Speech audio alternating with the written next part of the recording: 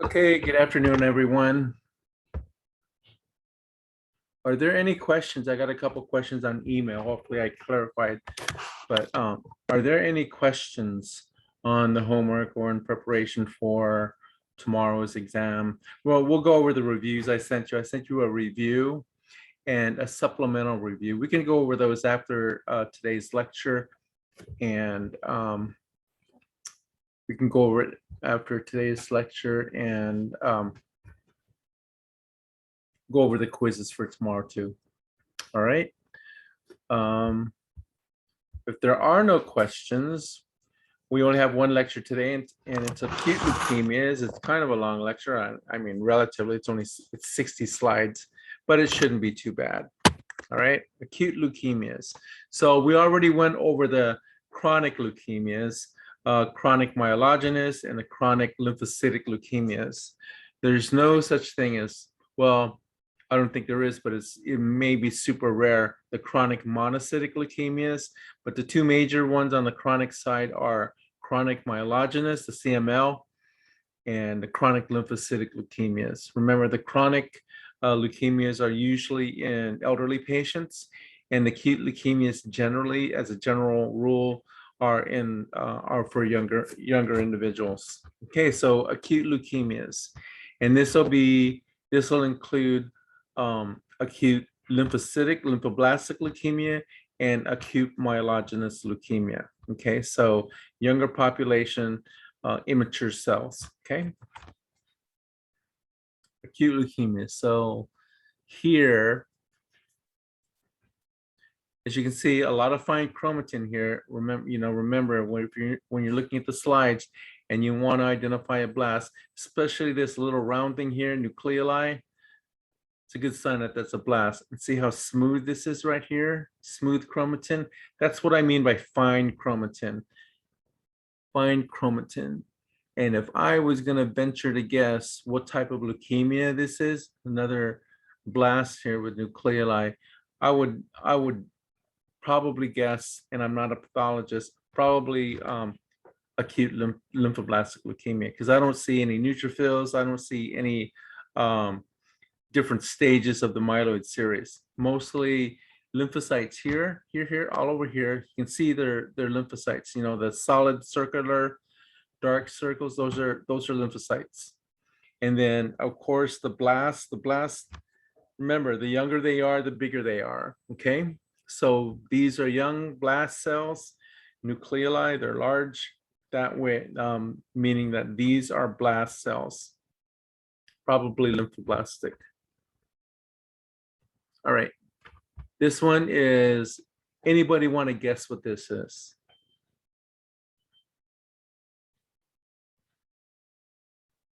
A myeloblast. What kind of blast is this? What do you see? Myeloblast. Yeah. Anybody?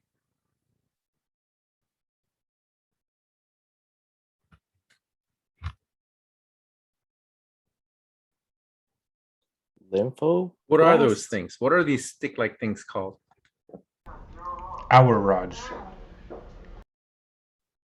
I'm gonna start calling on people. Okay, Really Jane, answering. what are these things called? These inclusions called? Our rods. It's our rods.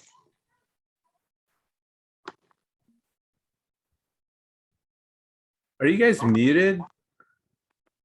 Can you hear me? Well, I'm not muted. Okay. Rudy, I can hear. guess what I can hear Jane. Can you hear me? Oh, I can't hear you. Okay.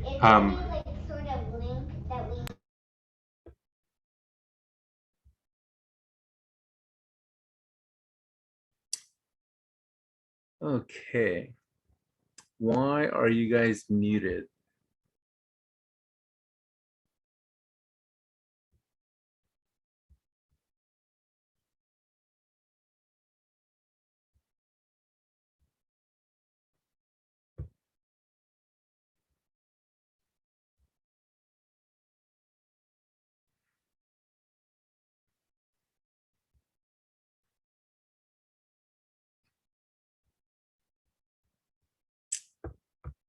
Well, for some reason you guys are muted, but you can hear me, right?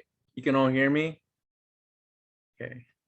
Need to find out what, well, for the time being, this will be one way.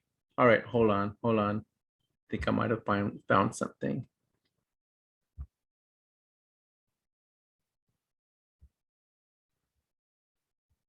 Okay, somebody say something. Good afternoon. All right, thank you very much. All right, so those were what? What were those inclusions?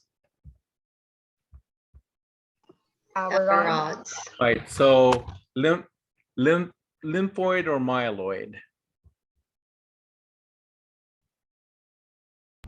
Myeloid. Myeloid. So, and you probably what stage? Probably the blast stage. Now, remember the blasts are supposed to be circular, right? And this doesn't look too circular to me, right? Well, the reason why it's shaped like this is because of the cells around it. The shape is influenced by the cells surrounding the cell, and that's why it's shaped like that. This one here is there's a cell leaning here, cells leaning here and here, and that's why if there were no red cells around it, this would be a little bit more circular.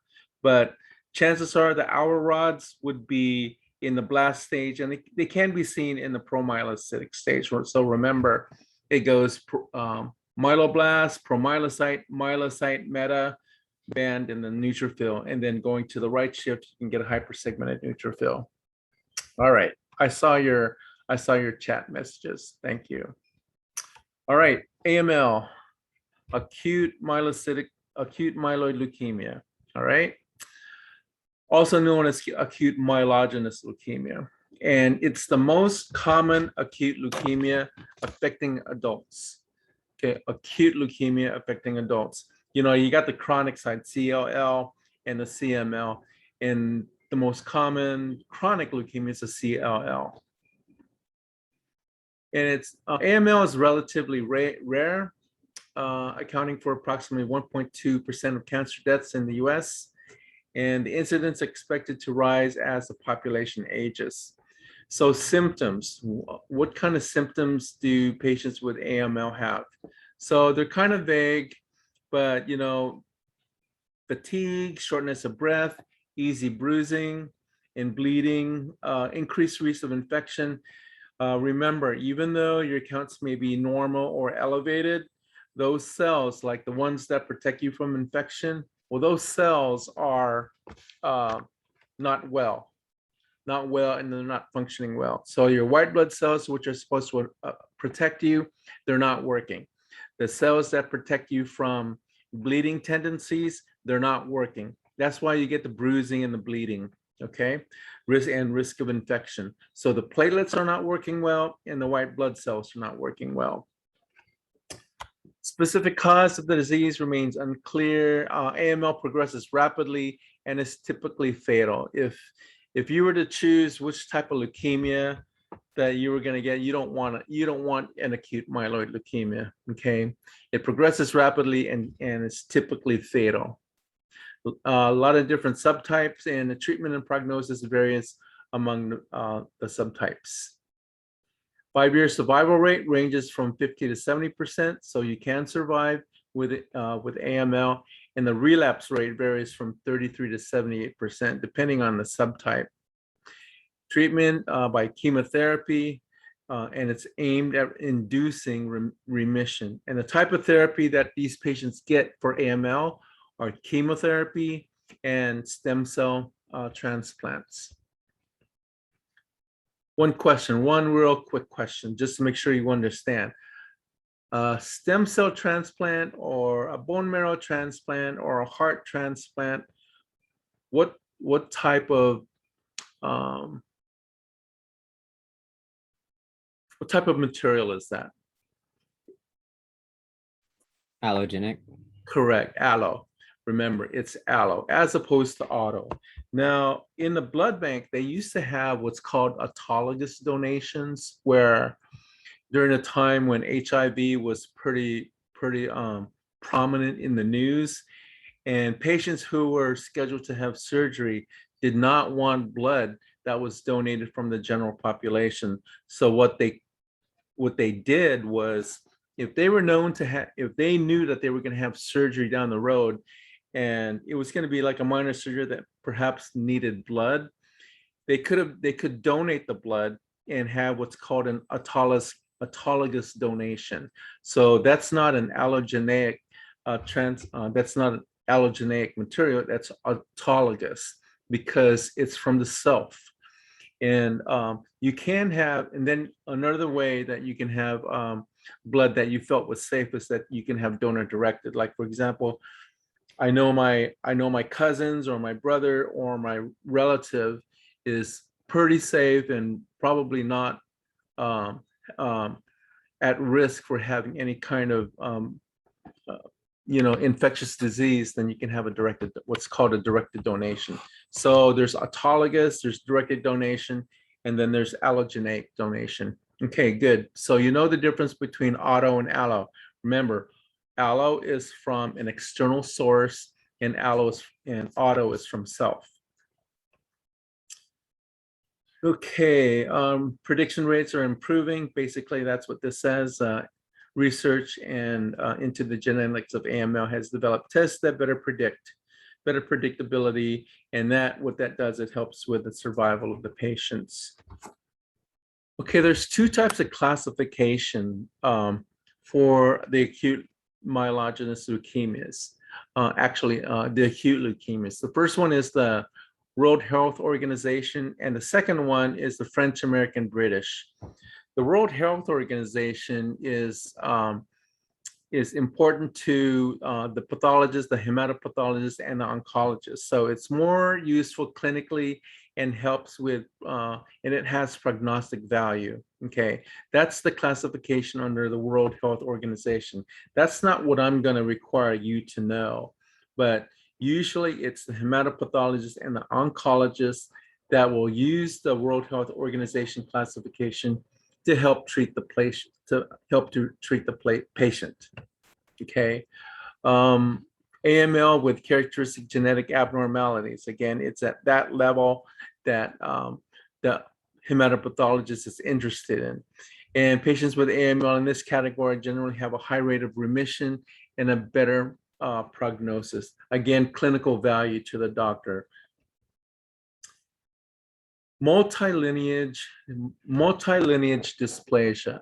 So I talked about cell lines throughout the semester, and the main cell lines are generally the red cell line, the WBC cell line, and the platelet cell line. Right? You got 3 cell lines, but for the WBCs, it's broken down further into the myeloid, lymphoid, and monocytic cell lines. Okay, so I apologize on the homework. The maturation sequence for lymphocytes is lymphoblastic, pro-lymphocyte, lymphocyte, and then if it's a B cell, then it's plasma cell.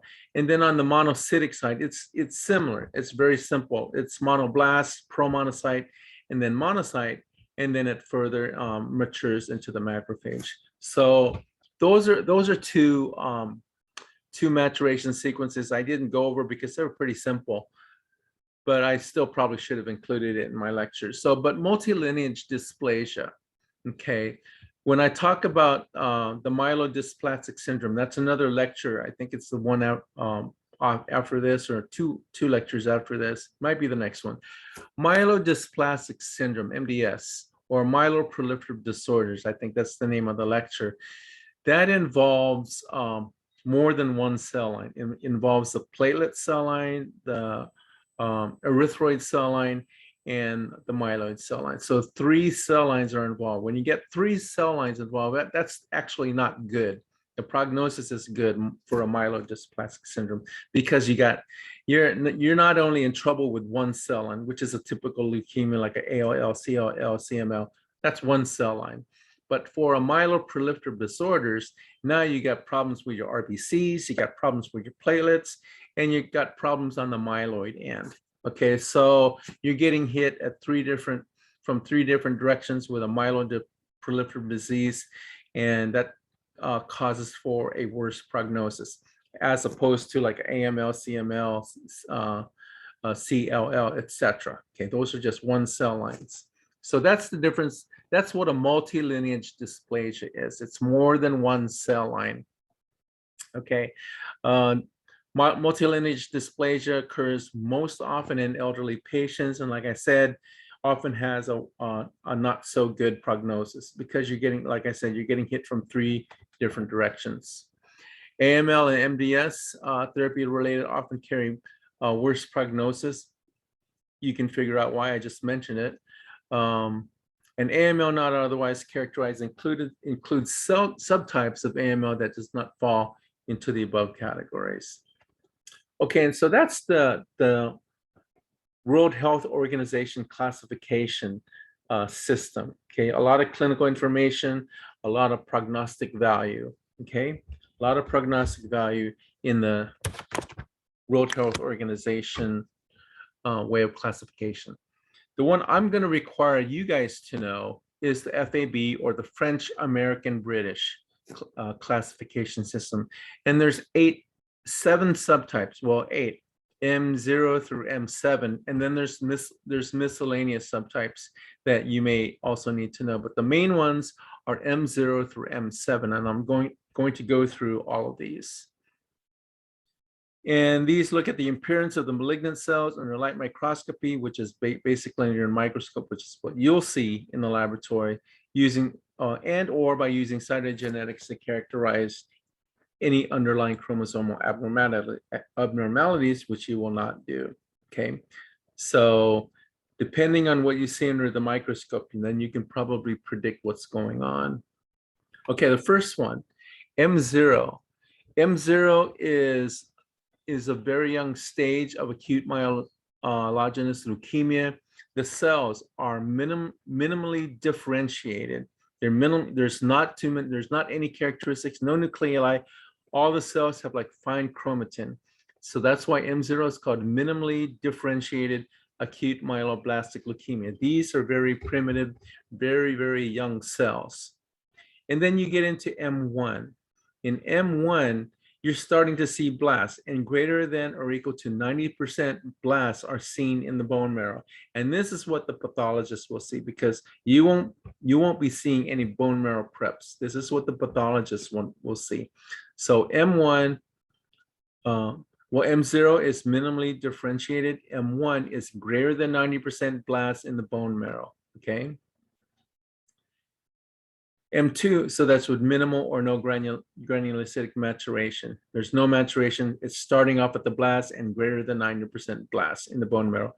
M2, now your percentage of blast is starting to decrease. It's greater than or equal to 20% blast in the bone marrow. Now you're starting to see maturation. So you're going from blast to mature granulocytes, okay? Acute myeloblastic leukemia with granulocytic maturation, but you're still seeing greater than or equal to 20% blasts in the bone marrow.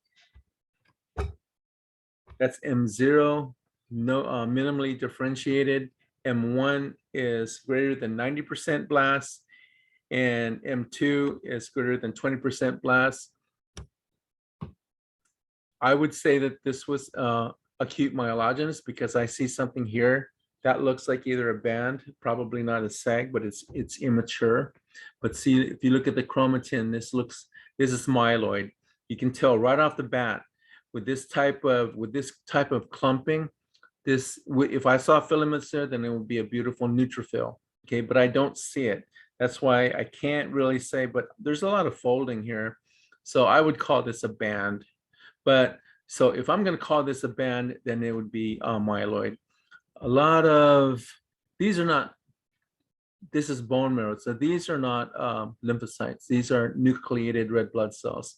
You see a lot of nucleated red blood cells in the bone marrow. So this is what you would see. So if this was M2, by definition, this is greater than or equal to 20% blasts in the bone marrow. So that's M2. Remember, minimally differentiated, greater than 90% blasts, and then greater than 20% blasts. M0, M1, M2. All right. We got those three down pat, right? Okay. Okay, so the next three, I'm going to teach you some tricks. M3.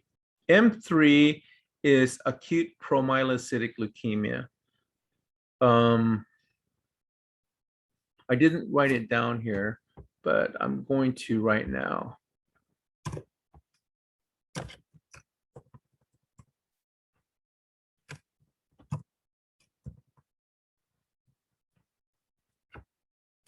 Okay, in M3, and you're going to learn this in coag.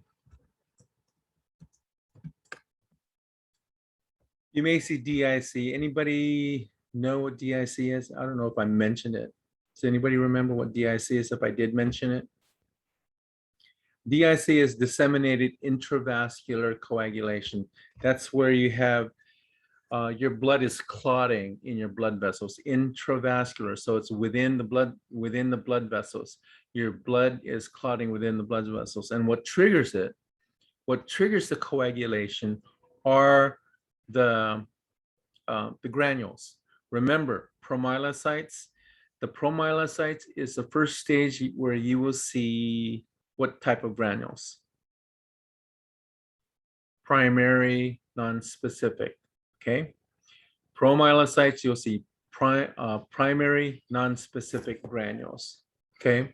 So since the promyelocyte has a lot of granules, the primary non-specific granules, those granules in your bloodstream, if they're released from the cell, can trigger DIC, or disseminated intravascular coagulation. And I'm going to get into that when we talk about coagulation. But that's one of the characteristics of M3. If a patient is suspected of having acute promyelocytic leukemia, they're going to be ordering coag. They're going to be ordering a D-dimer or a DIC panel. Okay. If a patient goes under, has DIC, that's not good. It's obviously not good because you don't want to be walking around and your blood's clotting inside your body. You don't want that. You need to get rid of those clots right away, because if you don't, you'll probably die. Okay, pro-myelocytic leukemia. M3 is pro-myelocytic leukemia. So my way of learning acute promyelocytic leukemia is taking the first three letters. So promyelocytic, or pro, P-R-O. P-R-O is three letters, so it's M3. Okay, M3, pro, P-R-O. Okay. So if I say, what's M3? You can say promyelocytic, acute promyelocytic leukemia. Just remember pro. Pro is M3. And DIC, that happens to be three letters too, but that's, just remember that the DIC comes from the granules from the promyelocytes, the primary non-specific granules. All right, the next one is, I have another trick for you there too on M4. So when I was training, I had trouble with M4 because I wasn't sure what the heck. I mean, promyelocytic leukemia and M3 was easy because you see nothing but promyelocytes, but it didn't click to me on M4. M4 is myelomonocytic leukemia. Myelomonocytic leukemia.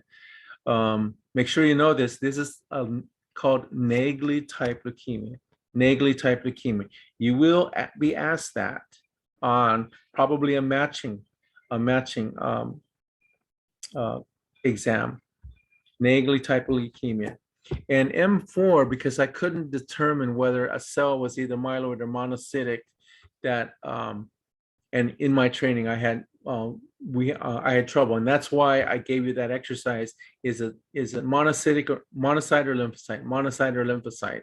And that's why I think it's important for you to know the difference, be able to identify monocytic versus lymphocyte. Okay, make sure you know what a monocyte looks like. Make sure you know what a monocyte looks like and versus what a lymphocyte looks like. So in acute myelomonocytic leukemia, it's a differentiation among myeloid and monocytic cells. So it's not lymphoid versus mono. This one's myeloid. So this leukemia is a combination of myeloid cells, you know, like promyelocyte, myelocyte, metamyelocyte, and monocytic cell lines. So make sure you remember when you identify a monocyte, you look at the cytoplasm, make sure you see that dull gray cytoplasm, that characteristic pinkish granules in the cytoplasm. So if you see that and the cells look really immature with nucleoli, they look really immature, they're large with fine chromatin, and you also see immature myeloid cells, then you probably have a myelomonocytic leukemia. I actually did see one because by the time I was already a functioning CLS, and I knew that myelomono was a combination of myeloid and monocytic cell lines. So this was M4. So the trick for M4 is myelomono, okay? If you think about the 4 syllables, myelomono, then 4 is myelomonocytic leukemia. Pro, remember the 3, pro-myelocytic, that's M3. All right, so that's M3 and M4. And M4 also has a subdivision. It's similar to the myelomonocytic leukemia earlier, but you're going to see a lot of eosinophilia. There's a lot of eosinophilia in the bone marrow. And this is as opposed to, you're going to see myelomonocytic cells in both cell lines, but you're also going to see eosinophilia tagged on to this. And this is different than like an eosinophilic leukemia. Eosinophilic leukemias, I'll talk about later on. That's where you see like up to 80% eosinophils, which is really, really not good. Okay, so this is M3, pro-myelocytic, and M4, remember, myelomonocytic leukemia. Remember that 4 syllables is M4, 3 letters is M3. M3, you can see those granules there. Don't call that toxic granulation. That's not toxic granulation. You know it's not toxic granulation because these are big cells, chromatin is large. And also 2, toxic granulation is seen in either a seg or a band. These are not segs or bands. So whenever I was teaching the lab and I was pointing out a promyelocyte, they would say, okay, that's toxic granulation. I said, no, it's not. Look at the cell, it's large, chromatin is fine.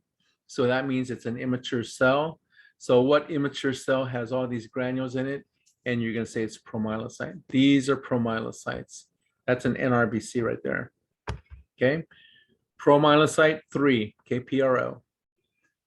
This is a variant, M3. So these could be, I mean, after the monocytic lecture, you can say, oh, these are monocytes because they're horseshoe shaped.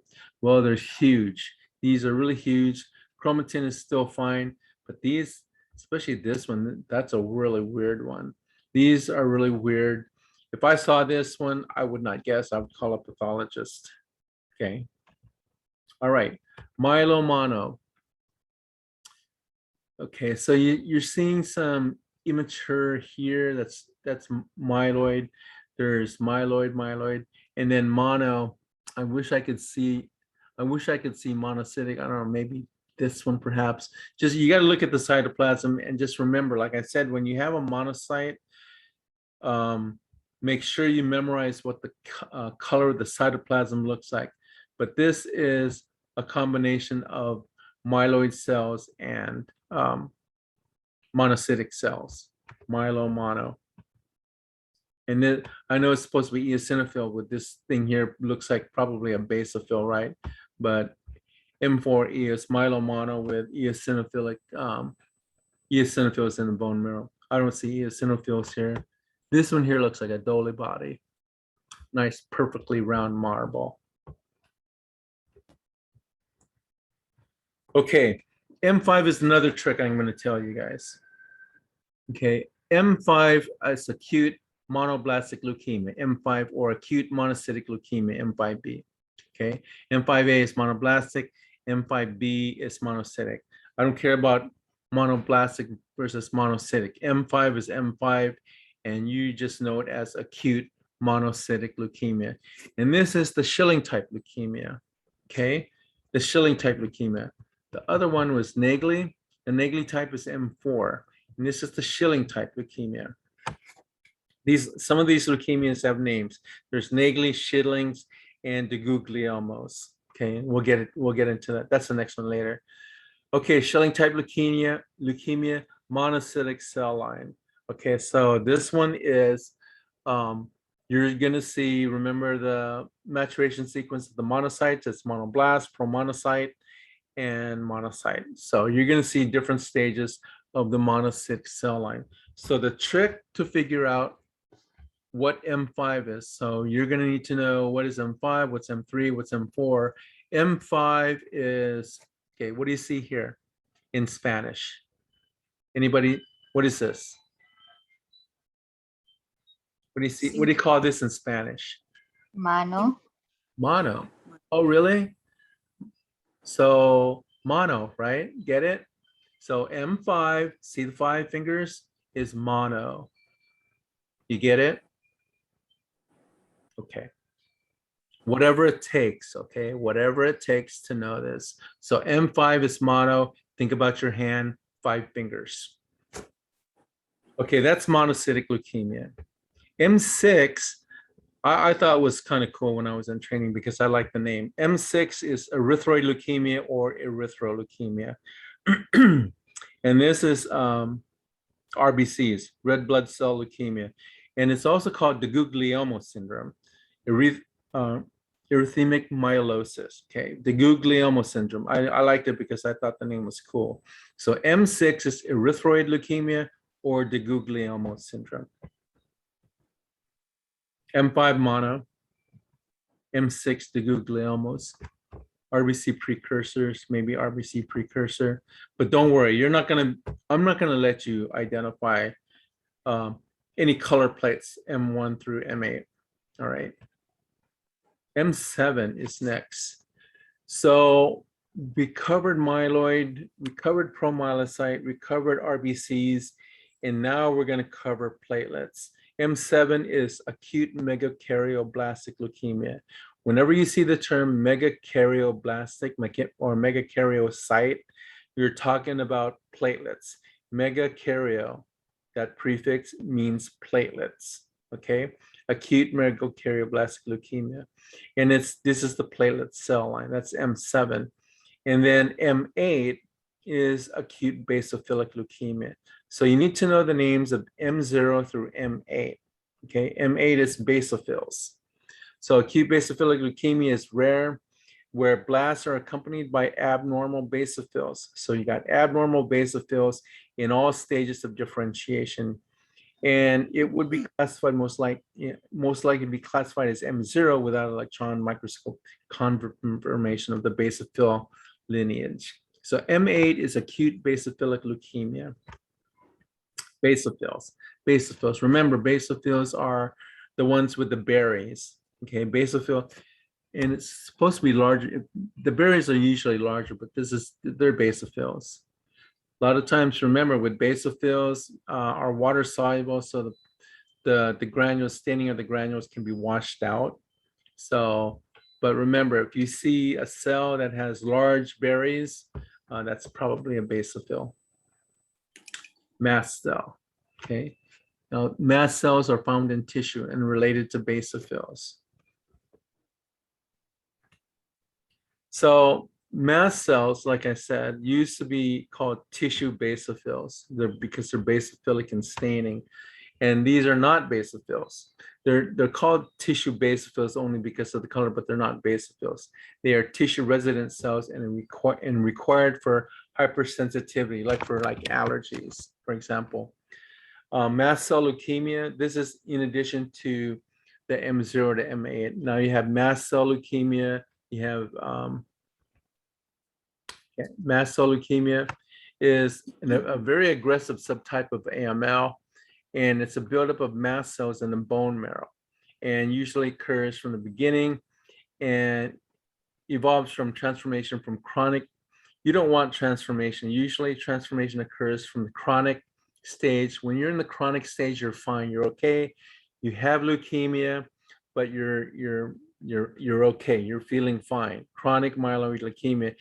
And when you have transformation usually takes place, it occurs going from the chronic stage into the acute or blast stage. When that happens, that's not a very good sign. When you go into the acute or blast stage or blast crisis, that's not good for the patient. are to survive from that. So, but in the mast cell leukemia rarely evolves from transformation of chronic myeloid into the more aggressive acute myeloid leukemia. Diagnosis of acute mast cell leukemia by the WHO criteria includes 20% mast cells in the marrow. If you have 20%, okay, so you're going to have to know this prevalence of 20% mast cells in the marrow. That's leukemia. Okay, that's defined leukemia. 10% neoplastic mast cells in the blood, and the life expectancy of mast cell leukemia is about 5 years. Now, if you got 10% of the blood cells, the tumor is called aleukemic. It's not leukemia. But if you have 20% mast cells, then it's leukemia. If it's less than 10, then it's called aleukemic mast cell leukemia. All right. So 20%, 10%. 20% is leukemia. Less than 10 is aleukemic leukemia. Okay, I mentioned eosinophilic leukemia earlier. So you can have super elevated eosinophils in your blood. And like I said, it can be 50 to 80% eosinophils in the blood, in the bone marrow. That's a pretty orange smear, a lot of orange cells, 50 to 80%. That's a whole lot. And that's acute eosinophilic leukemia. And these patients have a propensity of having bronchospasms and heart failure from endomyocardial fibrosis. And also too, the granules of the eosinophils can also affect the heart and the lungs, okay? So you can have heart problems and lung problems with acute eosinophilic leukemia, bronchospasm and heart failure. Dendritic cell leukemia. You remember in the lymphocyte lecture, acute myeloid dendritic cell leukemia. Dendritic cells, remember I talked about them, and they function as antigen presenting cells, okay? They process antigenic material and they present it to the surface of other cells of the immune system so that the cell that's being infected can be swooped down and be taken care of and destroyed. Okay, that's what a dendritic cell or an antigen presenting cell does. Okay, remember Rafiki when he's raising Simba on Pride Rock, I use that as my example, my analog, my example of what an antigen presenting cell is. So he's presenting Simba, and then the macrophage is going to come take it. So this is a dendrite cell. It's a nerve cell. This is it's actually called a glial cell, but this is a nerve cell. If you see something like this, then you can say that's a dendrite or a nerve cell. So this is a nerve cell. This is the dendrite cell body. This is the axon. So the dendrite, so this nerve cell, there's messages transferred along the enzyme, along the axon. So this receives signals and messages and transferred it along the enzyme to the nerve ending. Okay, so that's how a nerve works. The end of it is the dendrites. That's the part that receives information, transmits it along the axon, and it goes to the nerve ending. Okay, another type of leukemia is acute panmylosis leukemia and myelofibrosis. Panmylosis, that means everything. Remember pancytopenia in the aplastic anemia? Pan means everything. And myelofibrosis, when you see the term myelofibrosis, that means it's when you do an aspiration, you'll get a dry tap. That means you're tapping into fibrin, a lot of fibrin material. So panmylosis is elevated white blood cells. Primary myelofibrosis is a disorder of the bone marrow in which marrow is replaced by fibrous scar tissue.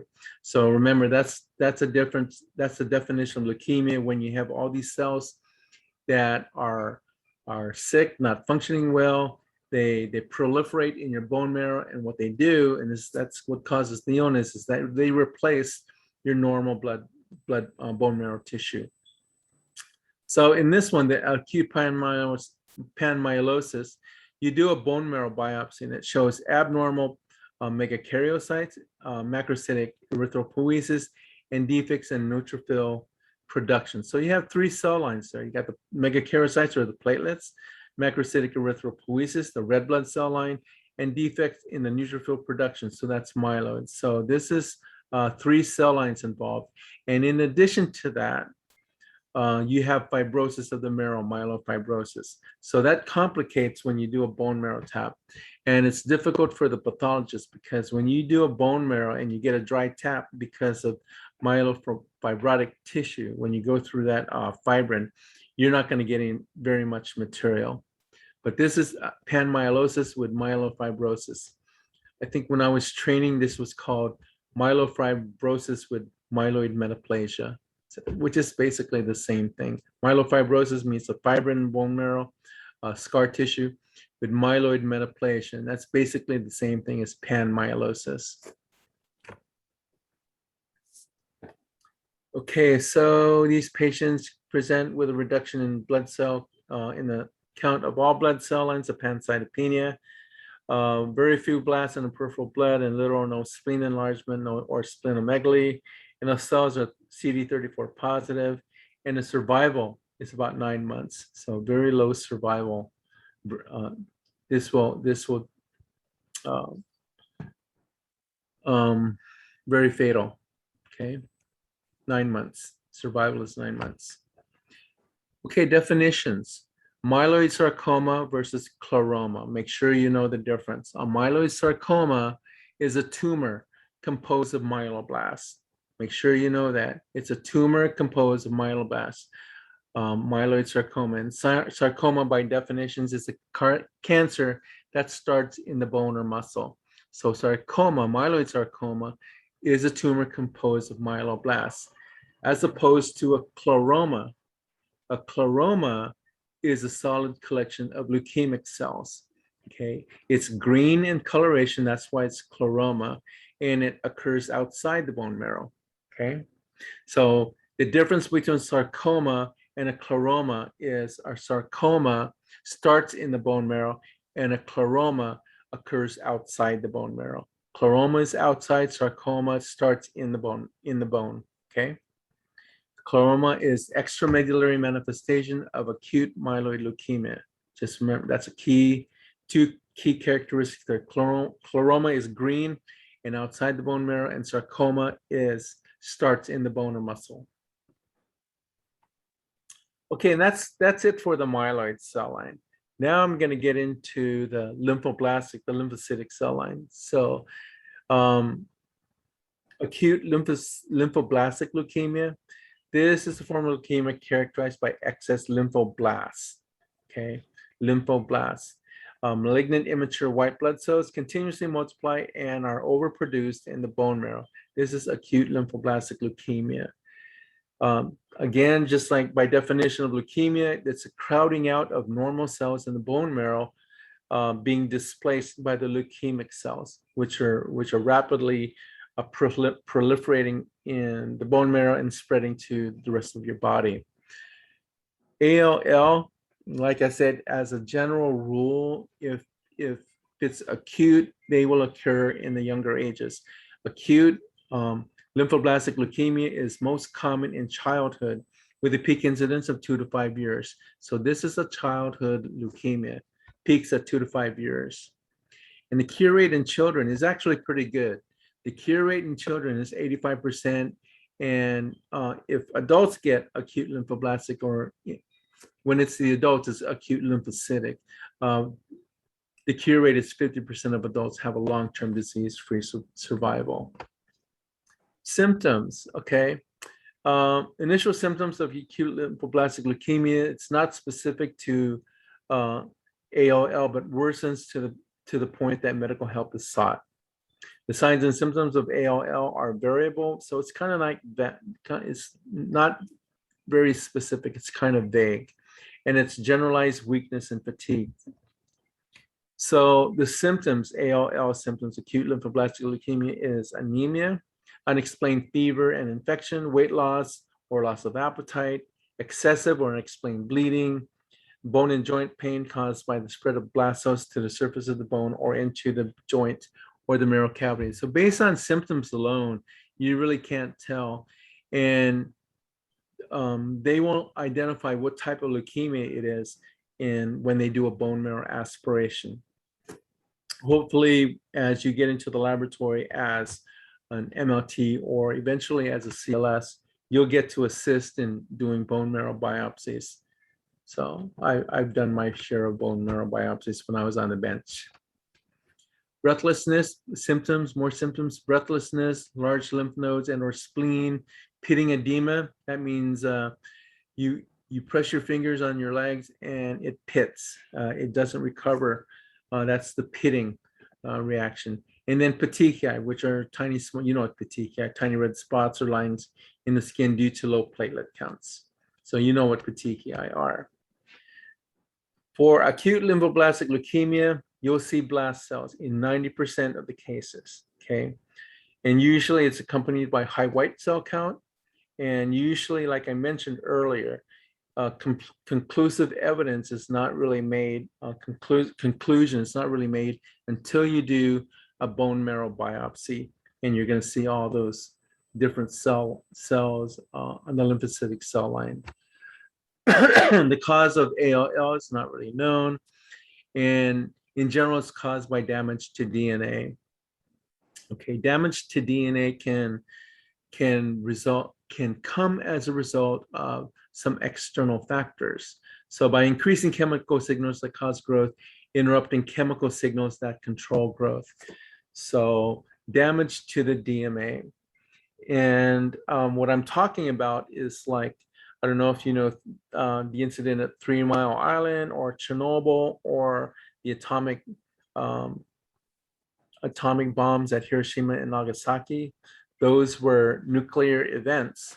So gene mutations caused by environmental factors such as chemical drugs or radiation or other factors. And it's exposure to this radiation that can trigger acute lymphoblastic leukemia.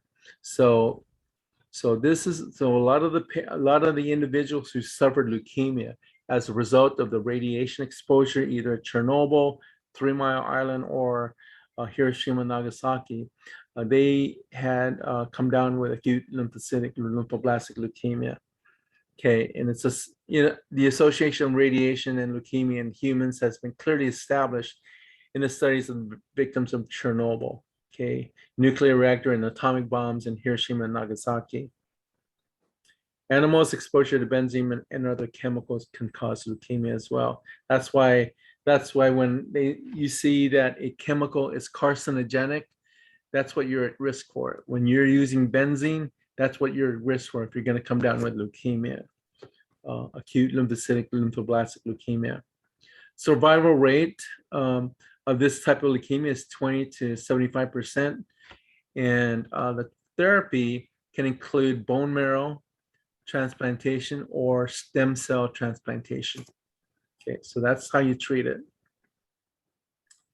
A prognosis difference, but prognosis for acute lymphocytic lymphoblastic leukemia differs between individuals depending on a variety of factors. For females, for sex, females tend to fare better than males. Okay, ethnicity, Caucasians are most likely to develop acute leukemia than African Americans, Asians, or Hispanics, and tend to have better prognosis than non-Caucasians. So Caucasians are more likely to get it. Age at diagnosis, children between 1 and 10 years of age are most likely to develop acute lymphoblastic leukemia and to be cured of it. Remember, it has a high cure rate. So acute lymphoblastic leukemia is for children, ethnicity, Caucasians, and sex, females will do better than males. Cases in older patients are most likely to result from chromosomal abnormalities like the Philadelphia chromosome, but I don't want to get into the Philadelphia chromosome in this lecture because you already stored the information that Philadelphia chromosome is for CML. Make sure you know that, and I don't want to take that away from that information that you stored already. For acute lymphoblastic leukemia, the white count is 50,000. Remember, elevated white counts, 15 and 20, 30,000, 40,000. up to and probably less than 50,000 are infection. When you get into 50,000 or more, that's when you start thinking about leukemia. This type of leukemia, the cancer spreads to the central nervous system, the brain or spinal cord, and once that happens, then you have a worse outcome. Recovery or remission depends on this response to the treatment, either the chemotherapy or the stem cell transplantation. So it all depends on how you respond to it. Okay, FAB classification of acute lymphoblastic leukemia. Make sure you know this. L1 is small uniform cells, L2 is large varied cells, and L3 are also large varied cells, but with vacuoles, okay? Which is weird because vacuoles usually are reserved for the myeloid cells. Remember, monocytes have vacuoles and neutrophils have vacuoles. Now we're talking about lymphocytes with vacuoles, but this is leukemia. This is leukemia now. So if you're going to ask me, well, will lymphocytes have vacuoles? Technically, yes, if you're talking about leukemia, okay? But in infection, no, okay? Just like lymphocytes, do lymphocytes have granules? Typically, no, but when you're talking about cytotoxic T lymphocytes, they have granules. Okay, so generally speaking, the vacuoles and the granules are for the monocytes and the neutrophils. Okay, so L1 is small uniform cells, L2 is large varied cells, and L3 is large varied cells with vacuoles. I hope that doesn't confuse you. Each type is then classified by immunophenotyping. That technology, I don't think we'll be teaching. And two main immunologic types, pre-B cell and pre-T cell for acute lymphoblastic leukemia. And then there's variants. I won't ask you any questions on the variants of acute lymphoblastic leukemia. These are the different types. These are like the different subtypes, like acute lymphoblastic leukemia with cytoplasmic granules. Again, granules on the lymphocytic cell line. I know it's confusing. Aplastic presentation of ALL, acute lymphoblastic leukemia with eosinophilia, relapse of lymphoblastic leukemia, and secondary ALL. Okay, cells. Okay, so acute lymphoblastic leukemia. There's folding here. Whenever you see weird folding like that, that's one of the signs of malignancy. If you see weird folding, but these are, use your red blood cell as reference. And if it's much bigger, 3 or 4 or 5 times bigger, then it's probably an immature cell. But this is probably along the lymphocytic cell line because it's round and dark purple. Okay, so that's ALL. Oh, definitely. Well, this is probably ALL too, because there's blasts here. There's immature. This is lymphocytic. Okay, if I was going to say is it lymphocytic or myelocytic, I would call this lymphocytic. Predominantly mature lymphocytes, but then there's also immature blast cells here, and here. The ones with the finer chromatin. So this is a good distinction between coarse chromatin like here and here and here, and fine chromatin like the lighter cells. This is finer chromatin.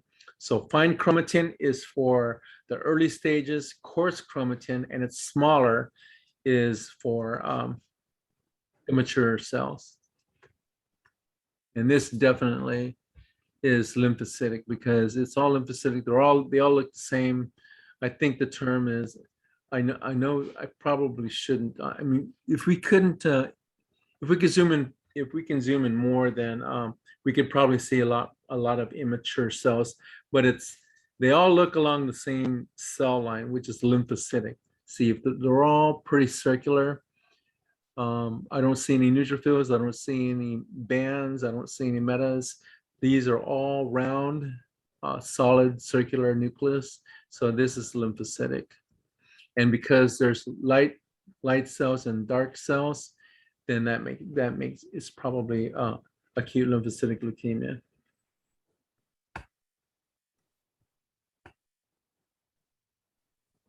And this is a lot. Okay, you see the cells with the nucleoli. Those are blasts. Again, this could be lymphocytic again, because a lot of lymphocytes here, I don't see any. If it was going to be acute myelogenous leukemia, I'd like to see maybe a seg or two, or a metamyelocyte or two, or a cell with our rods. But these fine chromatin cells, the large ones, are blasts, and then all the other mature cells around here, they're lymphocytes. So this is probably acute lymphoblastic leukemia. All right, and that's it. Are there any questions? So that's it for the leukemias, acute leukemias. So you got the chronic leukemia, the CML, and CLL, chronic lymphocytic leukemia. And then you have the acute leukemias, acute myelogenous leukemia, and acute lymphoblastic leukemia. So the main thing for this lecture that I really want you to know is the FAB classifications of the M0 to M8. Know the alternate names, the Schilling-Naegeli type, and the Guglielmo syndrome. Okay. L1, L2, L3 is pretty simple. And I won't get into the therapies too much, but we'll do review. Okay, are there any questions on this lecture? Well, it's actually not too bad. It's not even an hour. Professor, Yes. can you send us that lecture? Which one? Oh, this lecture? Oh, definitely. I forgot to send you last week's lecture, but I sent it to you all earlier this afternoon. Did you get it? Yes. Okay. Yeah, this one I'll definitely send to you. This one I'll definitely send to you. Acute leukemias. Okay. So like I said, the main thing I wanted you guys to know about the acute leukemias is the FAB, not so much emphasis on the WHO, but the FAB classification, M0 to M8. If you know M0 to M8 for the acute leukemias, then I'll be pretty happy. But then I'll go over a review for the exam that includes this. All right. Are there any other questions? So do you guys want to take a break before we get into, we're going to go into the review. That'll be the last portion of this lecture. Let's just power through and then Power through? after, yeah. Okay. We will power through. All right.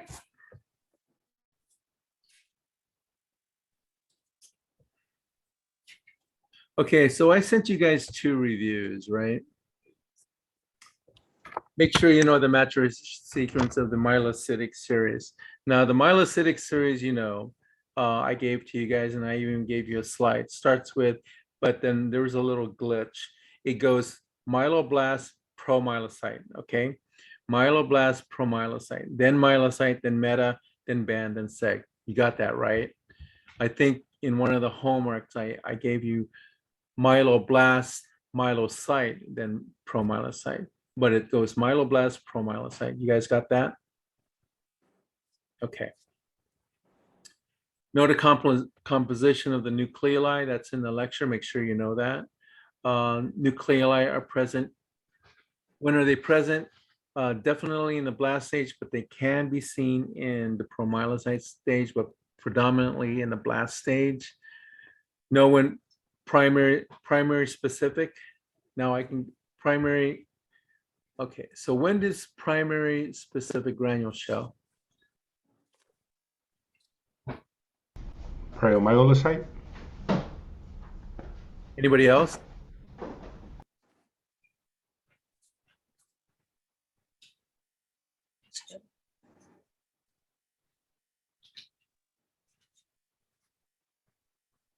Primary specific.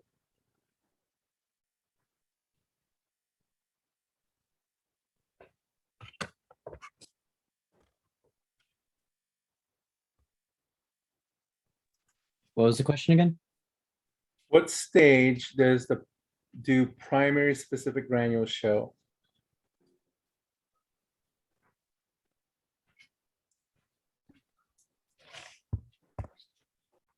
It's the pro-myelocyte. And who is that? Dan. Dan. Okay, I got 2 for pro-myelocyte. Anybody else? You said primary specific or primary non? And who said that? Sophia. Very good, Sophie. It's primary non-specific. So I asked you what stage was primary specific. That could be a true-false question. You make sure you read the question. Thank you, Sophia, for picking up on that. It's primary non-specific and secondary specific. Make sure you read the question. I could easily give you a question like that. When do I could say primary specific granules show up in the pro-myelocytic state, and you're going to jump on that and say that's true. No, that's not true. It's primary non-specific. All right. Make sure you read the question. Don't fall into traps like that. So secondary specific granules show up at what stages? Basically the rest. Primary non-specific is only in the pro-myelocyte, and then the rest of them are all secondary specific. Secondary specific is myelocyte and on, all the way up to neutrophil. Okay. Know how to identify the Golgi. What stage do you see the Golgi in? Myelocyte? Correct, myelocyte. And what is blue color indicative of? What kind of synthesis? RNA. Yeah, RNA synthesis. And you know how to differentiate between band and meta, correct?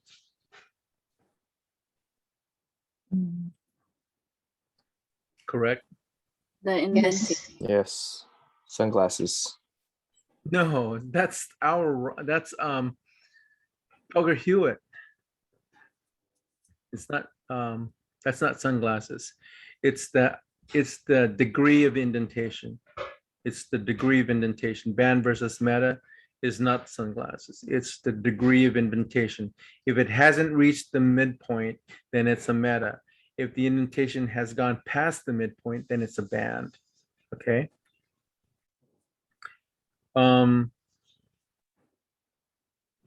Know what stain will stain glycogen. I didn't go over that, but I think there was a term in there, PAS, periodic acid shift. It looks like periodic, but it's actually pronounced periodic. And the reason why it's pronounced like that is the periodic is iodine. Iodine stains starch or potatoes. And so if you want to know what kind of stain will stain glycogen, because potatoes are made of glycogen, and iodine will stain glycogen. So it's periodic acid shift. That's what the PAS stands for. Know how to tell the difference between a seg and a band?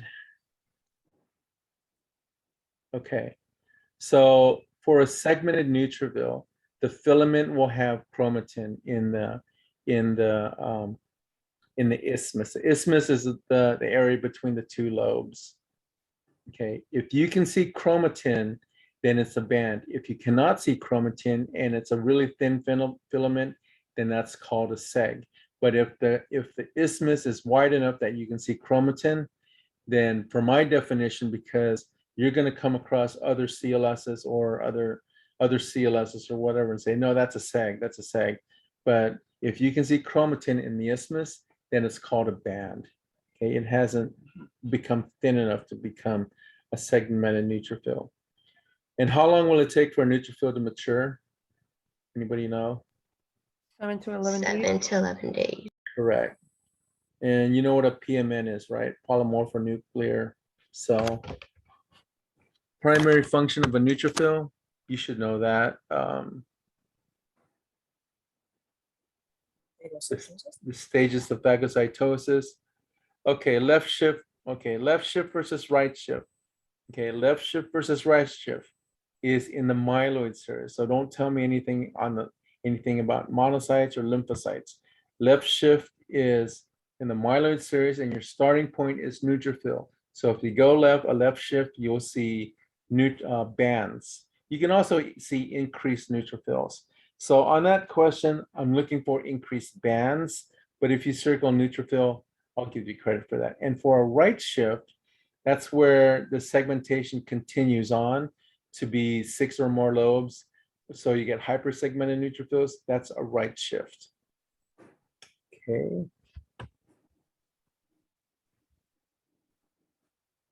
Pilger-Hewitt. What's Pilger-Hewitt? Somebody said it earlier. That's the sunglasses. Mature or immature? Mature. It's mature. So you can tell when you're on the bench and you have bilobe cells, you can tell that it's Pilger-Hewitt by looking at the chromatin. If the chromatin is dark, coarse, and clumped, that's a sign of maturity. If it's fine chromatin, then it's probably a band. But usually, if a lot of cells are bilobe like that and they're pretty dark, and you see sunglasses, then that's Pilger-Hewitt. And if you're not sure, you can call it Pelgroid. That means it's Pilger-Hewitt-like. And that way, if you call it Pelgroid, you're not necessarily committing yourself. You're saying, well, I'll call it Pilger-Hewitt, but I'll call it Pelgroid to be on a safe side. So that's an acceptable term. Okay, so Pilger-Hewitt hyposegmentation is the same thing, where you don't, it's bilobe, it's similar to Pilger-Hewitt, but it's hyposegmentation. That's another name. Know how to identify eosinophils? What color are the granules for eosinophils? Orange. Orange. Orange. Okay. I mean, I remember I'm in the lab and I was frustrated when I pointed out an orange cell and they had trouble, they would call it toxic granulation or pro-myelocyte. No, this is an eosinophil. I mean, my eyes are not even on the ocular yet, and I can actually see it's an eosinophil. That's how easy eosinophil should be. And basophils, when you're in the laboratory, when you're in the laboratory trying to identify a basophil, look for the cell that looks like berries. Okay, they look like berries, blackberries. Okay, know the granules of, or what do the granules of basophils contain? Give me two. Heparin and histamine. Heparin and histamine. Okay, what is histamine? Is that a coagulant? Or allergic reaction. It's a vasoconstrictor. Vasodilator. Vasodilator. What's the difference? So you want it to be a vasodilator. You want it to open up, the blood vessels to open up so the cells can go. That's like yeah, that's why you want vasodilation. It will facilitate the arrival of other stuff. And then heparin and histamine for coagulation.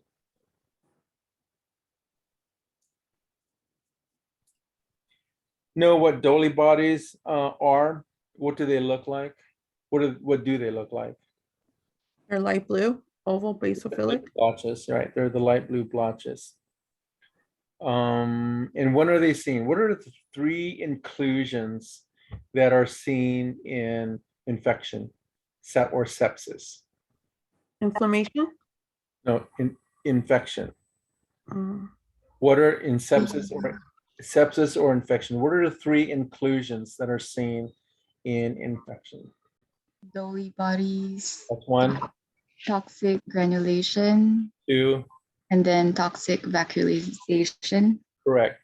And if I say what is seen in infection, then you can there's 2 more things that are seen in infection. You guys know what they are?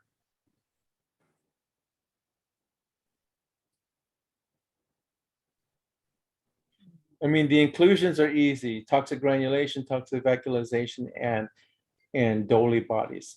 But what you'll also should see if you're going to call a patient as to having an infection are, you're going to see a left shift, you're going to see bands, okay? You're going to see bands, and you're also going to see an elevated white count. So an elevated white count, but make sure it's not in the leukemia range, okay? Make sure you're not talking about 50, 60,000. Otherwise, you're talking about leukemia. Usually for an infection, it's in the teens, like 13, 15, 20, something like that, okay?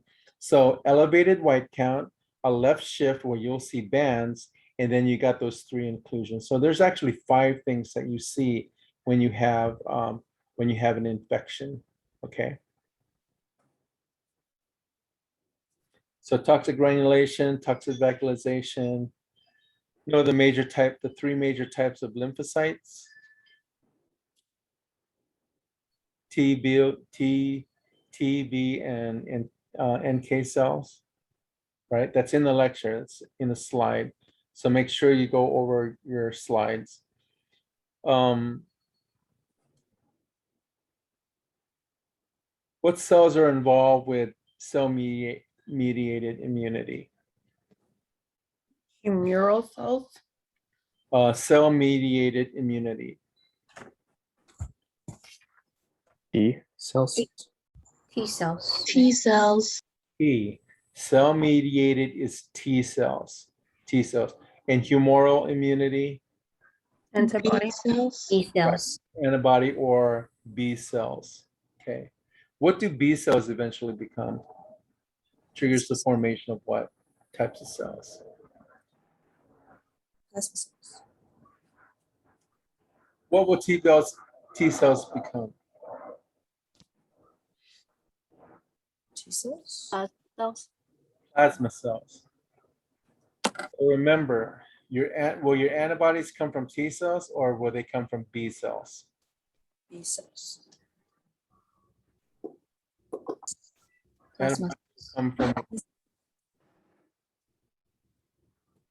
your B cells, okay? Because B cells will progress on to becoming plasma cells. It's your plasma cells that make antibodies, okay? Remember that. It's your plasma cells that make antibodies. And that when you make antibodies, that's called humoral immunity. Humoral immunity is making antibodies. Cell-mediated immunity is where you have an infection of a virus, a fungus, or some kind of toxic agent. That's cell-mediated immunity. In humoral immunity, it's a little bit more easier. That's when you have a bacterial infection.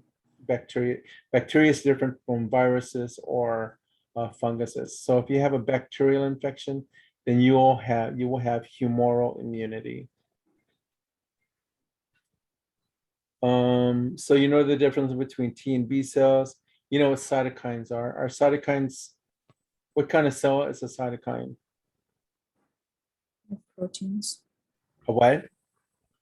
They're proteins. Yes, that's right. They're not cells. I tried to trick you guys.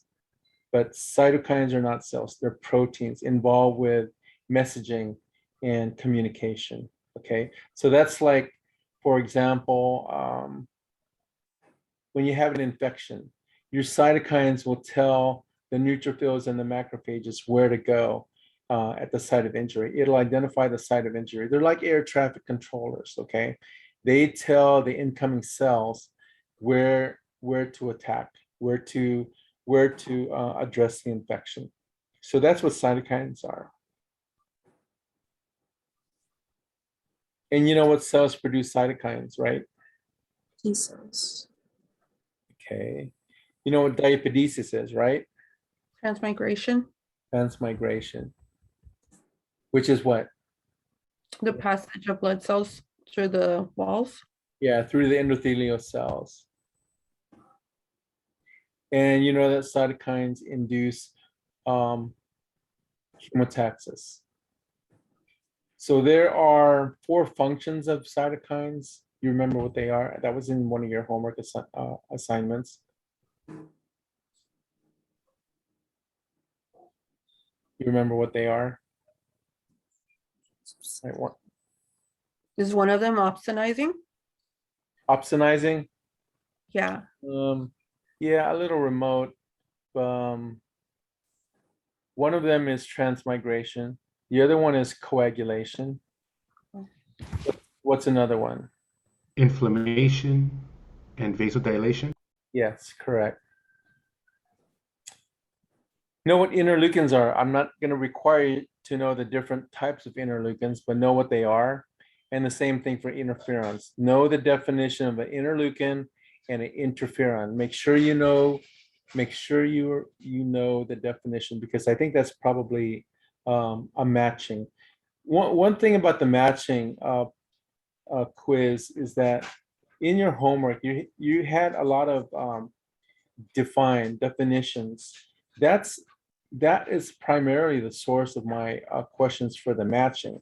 So I'm going to go over the terms, and then on the other side, I'm going to have the answers to the definition. So if you go over your homework, and I've returned all of your homework to you, except for Madeline, I just got yours, but I returned all your homework to you. Go over them and go over all the definitions. If you do all the definitions and then you're able to match them with the terms, then you should do fine on the matching. Also too, and I think it's only 4 lectures this time around. Go through your lectures, the PowerPoints, and look at everything that's red. Okay, make sure you go over everything that's red, and then you should do fine. Like I said, for the matching, go over all your definitions on your homework, because that's going to be my source for the matching questions.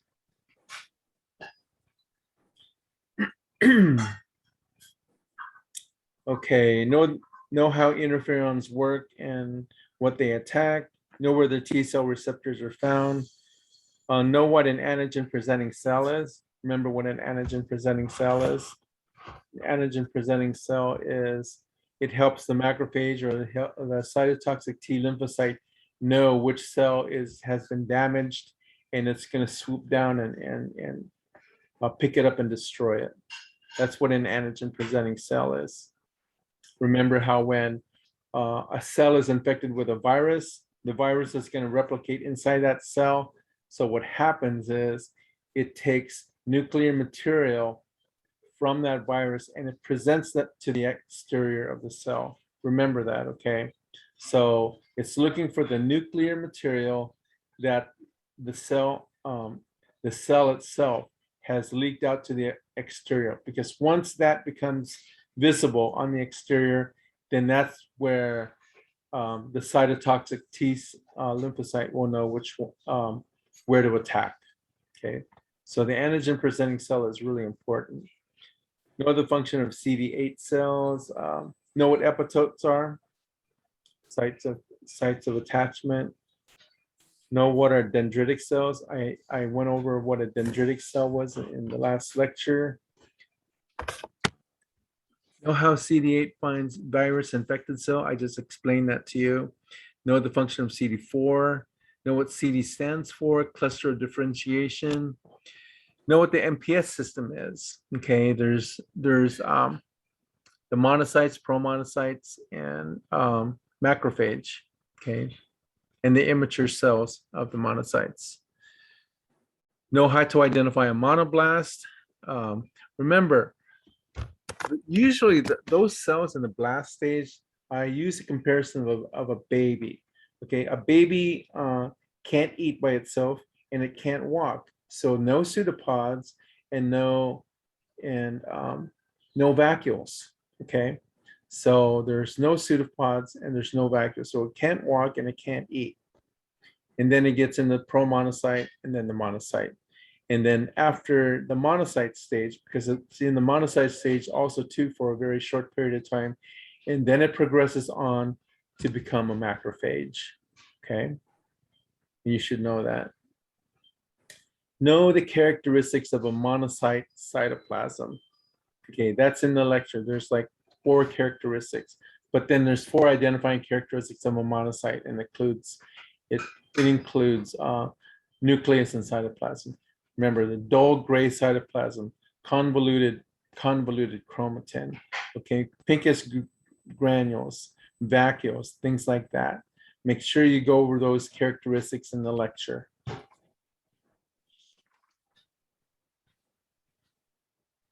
Yeah, I know how to describe a monocyte nucleus.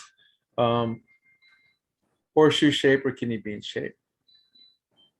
4 descriptive features, like I just mentioned. Make sure you go to that section in the lecture, and it's a specific slide. It says 4 descriptive terms of a monocyte. There are other descriptive terms which I accepted, but there's 4 specific terms that I want you to know. And lymph versus mono.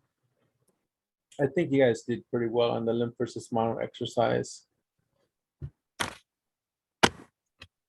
You know, the macrophages, right? Seen in body fluids, mainly in body fluids. I've never seen the macrophage return to the peripheral blood. Know the locations of where macrophages are found. That's a specific question. Know where macrophages are located. And know what are Kupffer cells. Kupffer cells are liver cells, okay? Kupffer cells are liver cells. And know what a histiocyte is. What is a histiocyte? The macrophage. Yeah, it's another name for macrophage. All right.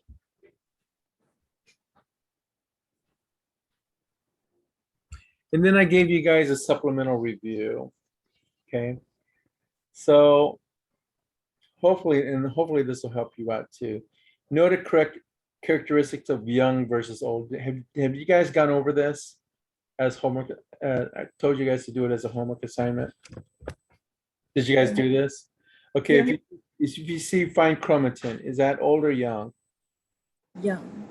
Okay, coarse chromatin, Old. Old. large in size, Young. Young. smaller in size, Old. simple in shape, Young. okay, and then complex shape. Old. All right. Know the characteristics of a pro-myelocytic cytoplasm. And those are the answers I gave. Those are what I was looking for. So it's basophilic and pro-myelocyte is primary non-specific. Remember, it's primary non-specific and the nuclear is getting smaller and more condensed. And that's in comparison to the blast, okay? That's in comparison to the blast.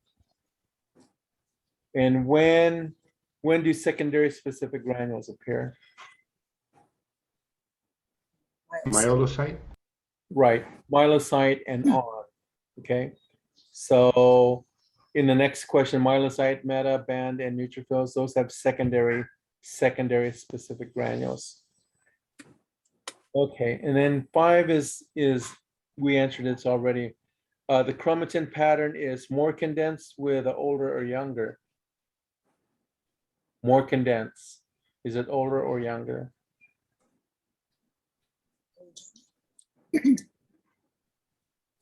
If I say chromatin, that's condensed. Now that's condensed as opposed to fine. So if it's condensed, is it older or younger? Older. Older. So if it's more condensed, it's older. Less condensed with older or younger. So it's actually the opposite of the first question. If it's less condensed or finer with older or younger. That's younger. Younger. Right. Know the functions of neutrophils. You know what neutrophils do.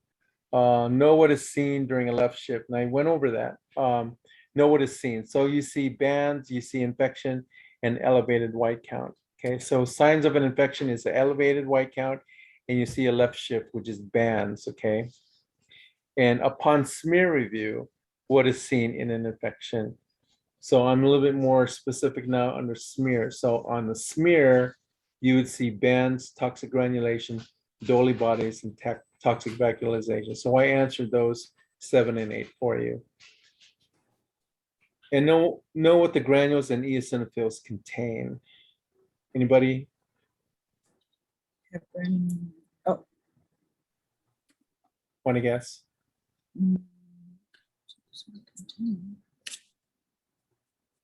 It's one of two. Histamine and heparin. Yeah, histamine. Heparin is reserve your heparin for basophils. It's histamine. Okay. And the two chemicals in basophils. Is it heparin and histamine? That's correct. Is inflammation good or bad? It's Good. good. What's that? It's Good. good. It's good. So when you have inflammation like in your arm and then you play a football game and you're sore or you cut yourself and it becomes red, those are signs of inflammation, right? And you think, oh my God, you know, I'm hurting, I'm in pain, and you think that's bad, right? but is that really good? Why is it good? You don't want it to swell up like a balloon. But that's, You want your body to turning swell off. That's turning off the inflammation. It's good because it's a sign of your body's response. Okay, it's kind of like seeing retics when you lose a lot of blood. If you see a lot of retics, that means that's good because your body's responding by with bone marrow production of reticulocyte count. So a high retic count is good when you lose a lot of blood, but inflammation is good because that's a sign that your body is responding. If your body doesn't respond to like a cut, because if you cut yourself and your body doesn't respond, you're gonna, one, lose a lot of blood, and two, become infected because you haven't deployed your white blood cells to the site of injury. And if you don't do that, you're gonna become infected. So inflammation is essential for life. Okay, you need to have infection for living. You know the role of cytokines during inflammation. Know what triggers the release of interferons. Okay, so that one I left for you guys to figure out. What triggers the release of interferons? And know the difference between class 1 and class 2 histocompatibilities. Certain cells have class 1 and certain cells have class 2. And why are viruses difficult to treat? Why is it? I kind of went over this in lecture. Does anybody remember? Because they replicate. They replicate, but they replicate where? When they replicate, that means they're working. But when they replicate, where are they replicating? Inside of your cells. Where? Say that one more time. Inside of the cells. Correct. If the viruses are inside the cell, are they subject to destruction? No. No, they're protected because they're inside the cell. They're not visible. The cytotoxic T cells cannot see the virus, so they're safe inside the cell. The only time that they're unsafe is when the cell bursts and ruptures and the baby viruses go to another host cell. So it's during that time that they're vulnerable. Well, once they're inside another host cell, once they're inside, then they're fine. They can't be treated. Okay, so once they're inside the cell, then it's difficult for them to be treated. Components of the mononuclear phagocytic system. That's also in the lecture. There's 3 of them. Know the characteristics of a pro-monocyte granules. That's also in the lecture. And when will macrophages be seen in the peripheral blood? And that's rarely during inflammation, I believe. But like I said, me personally, I have not seen a macrophage in a peripheral blood. And what's the stain for glycogen? I went over that. You remember?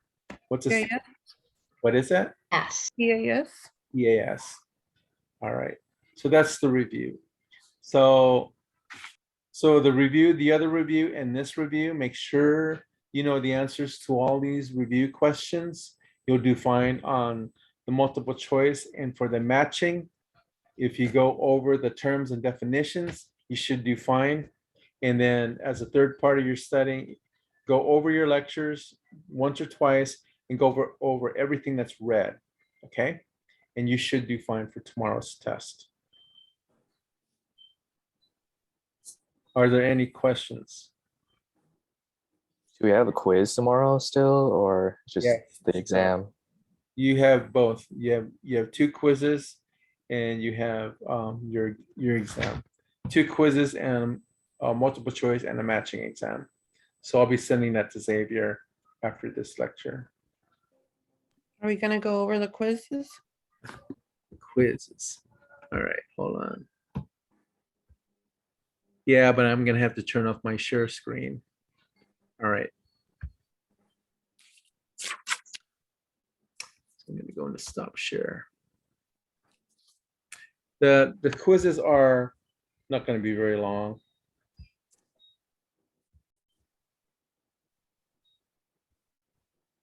You can't see me, right? Yeah. I We can. can hear- You can or no? We can see you, not your screen. Okay, that's good. That's correct. That's a good answer. All right.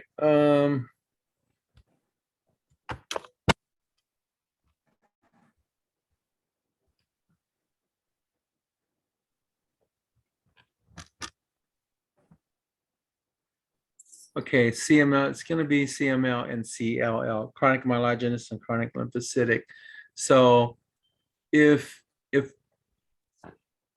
hold on for a second. Do this.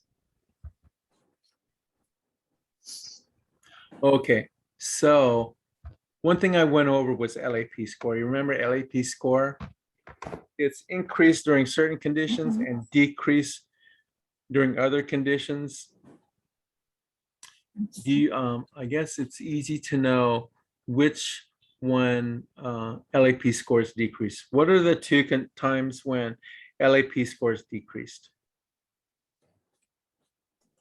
CML, And what's the other one? PNH. Correct. If you know those two, then everything else is going to be increased, like pregnancy, Hodgkin's, okay, leukemoid reaction, the LAP score is going to be increased in those. Basically, if you think about normal leukemoid reaction is not cancer. So it's just an increase in the amount of cells. So, but the cells are not cancerous, which means that you have normal acid phosphatase. If you have normal acid phosphatase, you're going to have increase because leukemoid reaction is an increase in those neutrophils. So it's increased. But if you have a leukemia, and I don't know about the PNH, but it's decreased in PNH. But in CML, your myeloid cells don't have the leukocyte acid phosphatase. That's why it's decreased. So if you know that CML and PNH is decreased, make sure. I hope you guys are taking notes on it. So only two conditions where it's decreased. Everywhere else it's positive.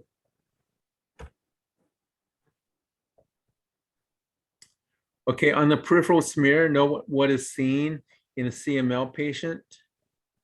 Okay, on the peripheral blood smear of a CML patient, what do you see?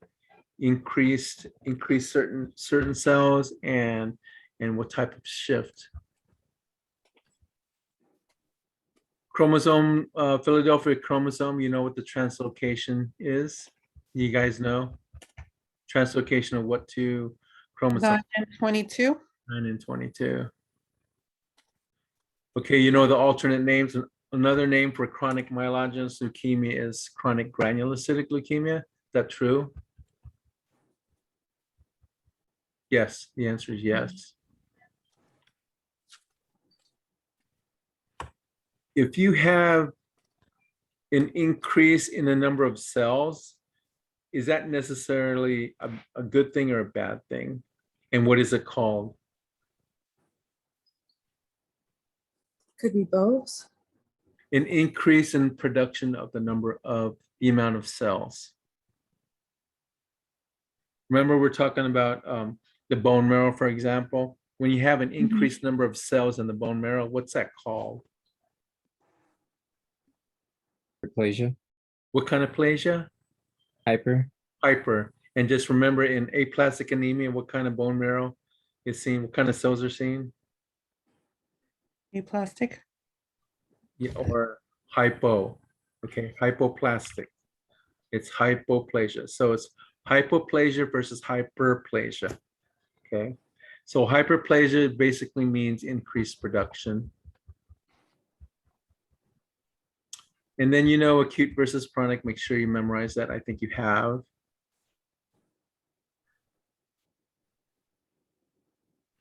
Okay, so remember I talked about oncogene. What is the opposite of an oncogene? What acts against an oncogene? Tumor suppressor. Right, the tumor suppressor. So if I ask you, do zombies exist? What would your answer be? What would your True. answer? Say again. True. They Yeah. exist. True. So you can go ahead and tell people, yeah, zombies do exist. That's what I learned in class today. Okay, and what's the term for programmed cell death? Apoptosis.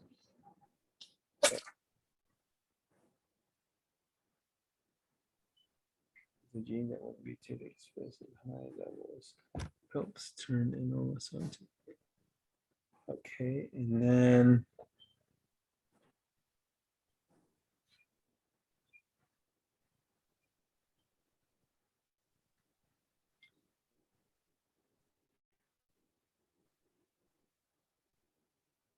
do leukemias, and this is from the notes too, do leukemias remain in one localized location, or they spread all over your body? They spread. Right. And is CML treatable? Yes. And what happens if you don't treat it? It could progress. And Quality of life could be affected. like dying, right? You could die. Yes. Okay.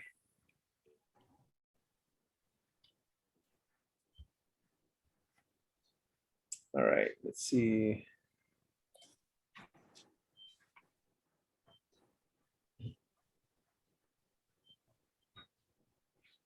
Okay, so if it affects the bone marrow, if it affects the lymph nodes, what's it called? A leukemia that affects the lymph nodes.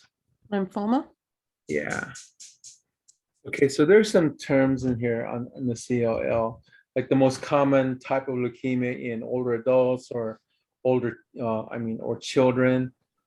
So there's a lot of most common types of leukemias. Make sure you go over those. So what's the most common type of leukemia in older adults?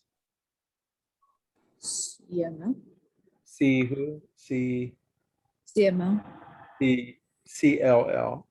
I used to think CML also, but it's CLL. For older adults, it's chronic lymphocytic.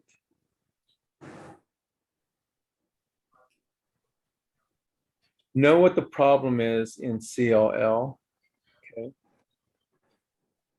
With respect to DNA damage, okay? Know what the problem is in CLL. And what happens to your immunity in CLL, okay? There's a problem that takes place immunity-wise when you have CLL. Make sure you find out that. In patients with CLL, what type of patients are they? Are they male, female, old, young? That kind of stuff. And how are these chronic leukemias discovered? By doctor's visit. Usually they're asymptomatic. Right. So it's like a routine doctor's check, and then routine doctor's check turns out to be bad news, right? Yes.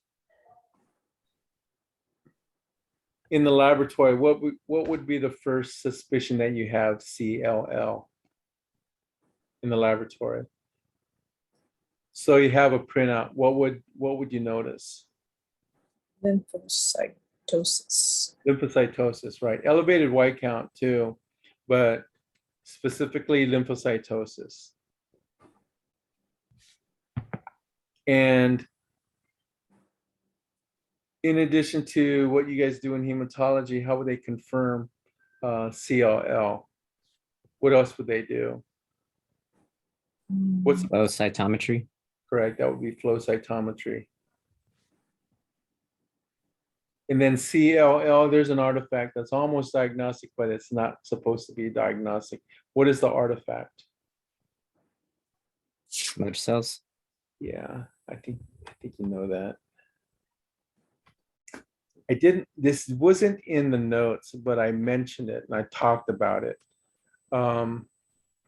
What is the stain to identify hairy cell leukemia? Guys, remember that? Trap stain. TRAP. And what does that stand for? Tartrate-resistant acid phosphatase. Correct.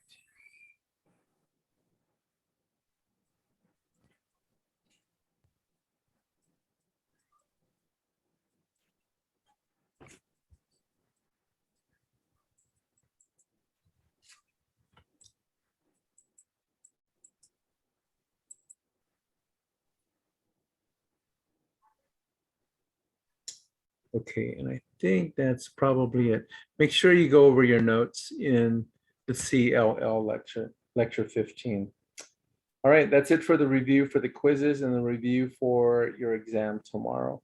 So went over multiple choice. I already told you how to study for your matching. Make sure you go over your terms and go over your PowerPoint presentations. Look at everything that's red. And then for tomorrow's quizzes, we just did a review and I sent back your homework. So make sure you look at your homework. Are there any questions after that? No? One quick question, one more time. What was one quick artifact that you would find in the smear? You mentioned it and I didn't write it down. What was that? What? No, what was your question again? What was one artifact that you would find in the smear? On a smear of CLL, Yes, that would be a smudge cell. smudge cell. Okay, A smudge cell. It's called a smudge cell, or it also can be called a basket cell because it looks like a basket. okay. Thank you. You're welcome. Anything else? Anyone else? Okay. Boy, you guys look tired. You guys all look tired. We're beat down. You guys are beat down. You guys are more than halfway done. Can you believe it? Yeah. Yay. Okay. All right. If not, well, good luck on your quizzes and exams tomorrow. Again, if you have any more questions before your quizzes or exam tomorrow, email me and I'll clarify it. A couple of you have sent me questions and I think I clarified by answering them. So I'll be more than happy to answer any kind of question that you want me to clarify. All right. All right. If not, good luck on your exams and quizzes tomorrow, and I'll see you next week. Thank you. Have a good night. You too. Have a good night. All right. Bye-bye.